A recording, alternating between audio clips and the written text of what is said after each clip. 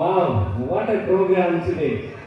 ഞാൻ വളരെ വർഷങ്ങളായി ഫോൺ നമ്പറിൽ ജീവിക്കുന്ന ഒരാളാണ്. ഇത്രയും കാലത്തിനിടയ്ക്ക് ഇത്രയും ഭംഗിയായ ഒരു ക്രിസ്മസ് ആഘോഷം ഞാൻ ഇതുവരെ കണ്ടിട്ടില്ല.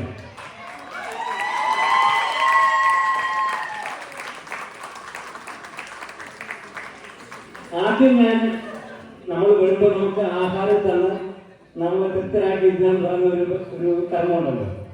അത് ഇപ്രാവശ്യം എല്ലാ വർഷത്തെക്കാളും വളരെ ഭംഗിയായി നിർവഹിച്ചു എന്ന കാര്യം പ്രത്യേകം ഞാൻ എടുത്തു പറയുകയാണ്. അതിന് പുസ്തകത്തോടുള്ള നന്ദി അറിയിക്കുന്നു. അതിനാർക്കെങ്കിലും വിരോധമുണ്ടെന്ന് എനിക്ക് തോന്നുന്നില്ല. എല്ലാവരും കൈയടിച്ച് സമ്മതിച്ചിരിക്കുന്ന ഒരു കാര്യമാണ്. പിന്നെ കലാപരിപാടികൾ എന്ന് പറയുന്നത് ഒരു ക്രിസ്മസിന്റെ എല്ലാ ചട്ടവട്ടങ്ങളും അറേഞ്ച് ചെയ്തിട്ട് ഡെക്കറേഷൻസും ഒക്കെ എല്ലാ കാര്യങ്ങളും ഒരു ക്രിസ്മസിന്റെ എല്ലാ പ്രതീതിയും എടുക്കത്തക്ക രീതിയിലുള്ള ഒരു പ്രോഗ്രാമാണ് നമ്മൾ കണ്ടത്. ഇത് ചുമ്മാ ഒന്നും ഉണ്ടാകത്തൊന്നുമില്ല. ഞാനിവിടെ 4 മണിക്ക് വരുമ്പോൾ ഇവിടെ ഒരു വളരെ വികൃതമായ രീതിയിലുള്ള ഒരു സ്റ്റേജിൽ നിന്ന് ഇന്ന് നമ്മൾ കണ്ട ഒരു സ്റ്റേജിലേക്ക് ആക്കി എടുക്കാൻ വേണ്ടി ഒരുപാട് പേര് പ്രയത്നിച്ചിട്ടുണ്ട്. അതിൽ എനിക്ക് ഏറ്റവും എടുത്തു പറയുന്ന ഒരു വ്യക്തിയാണ് റക്സ്. ഇവിടെ നമ്മൾ ഇവിടെ കാണുന്ന ലൈറ്റുകൾ ഒന്നും തന്നെ ഞാൻ പറഞ്ഞു തരുന്നില്ല. ഈ ലൈറ്റുകളൊന്നും ഇവിടെ പാർലമെന്റ് സ്കൂളിന്റെ സംഭാവന എന്നല്ല കേട്ടോ.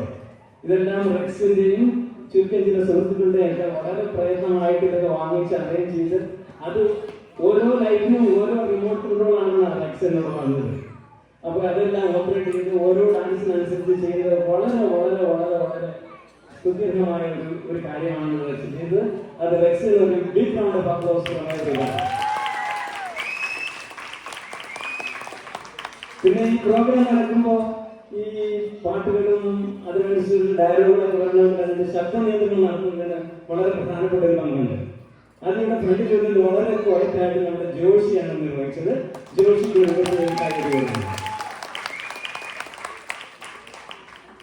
പിന്നെ ഇവിടെ പ്രോഗ്രാം നമ്മൾ കണ്ടു. എന്തൊക്കെ പ്രോഗ്രാമാണ്! ഡാൻസ് വേണോ, പാട്ട് വേണോ, മലയാളം പാട്ട് വേണോ, ഹിന്ദി പാട്ട് വേണോ എന്ന് വേണ്ട എല്ലാ പ്രായ ഭേദ വ്യത്യാസമേ കൊച്ചു കുട്ടികൾക്കുണ്ട്. നമുക്ക് വളരെയേറെ ആസ്വദിക്കത്തക്ക രീതിയിലുള്ള ഒരു പ്രോഗ്രാമാണ്. അപ്പൊ ആദ്യമായിട്ട് ആ പ്രോഗ്രാം അവതരിപ്പിച്ച എല്ലാ കലാകാരന്മാരോടും കലാകാരന്മാരോടും ഉള്ള അസോസിയേഷന്റെ പ്രത്യേകമായ നന്ദി അറിയിക്കുന്നു. നിങ്ങളെല്ലാവരും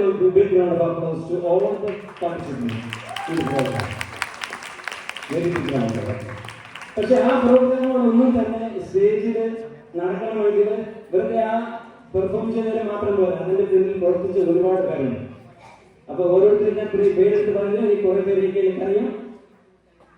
ആ ഓരോ ഈ പ്രോഗ്രാം വേണ്ടി പ്രവർത്തിച്ച എല്ലാവരോടും നമ്മുടെ അസോസിയേഷൻ നന്ദി അറിയിക്കുന്നു. അവർക്ക് ഒരിക്കലും കൂടെ ഒരു കൈയ്യടി കൊടുക്കും.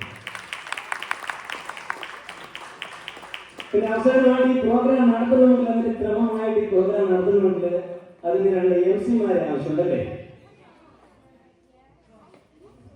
MC-മാരെ ആവശ്യമുണ്ട്. അത് ഇവിടെ വളരെ ഭംഗിയായി അവതരിപ്പിച്ച ഷെലയും ശാന്തിനിയും അസോസിയേഷനുകാരുടെ ഉടൻ നന്ദി അറിയിക്കുകയാണ്.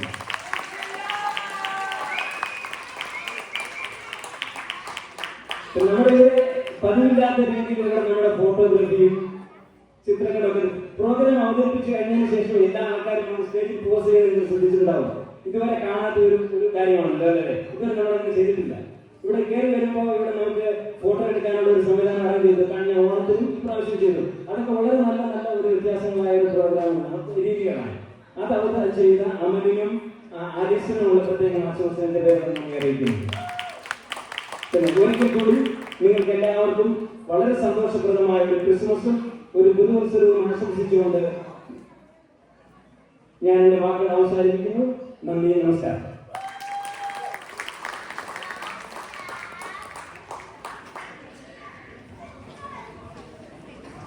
നമ്മളിവിടെ ഒഫീഷ്യലി വാങ്ങിയിട്ടുള്ളൂ. നിങ്ങൾക്ക് ഇനിയുള്ളത് സർപ്രൈസ്. എന്ത് സർപ്രൈസ് ഇനി അടുത്തത് അതുണ്ട്. പക്ഷേ അത് നമുക്ക് നാഷണൽ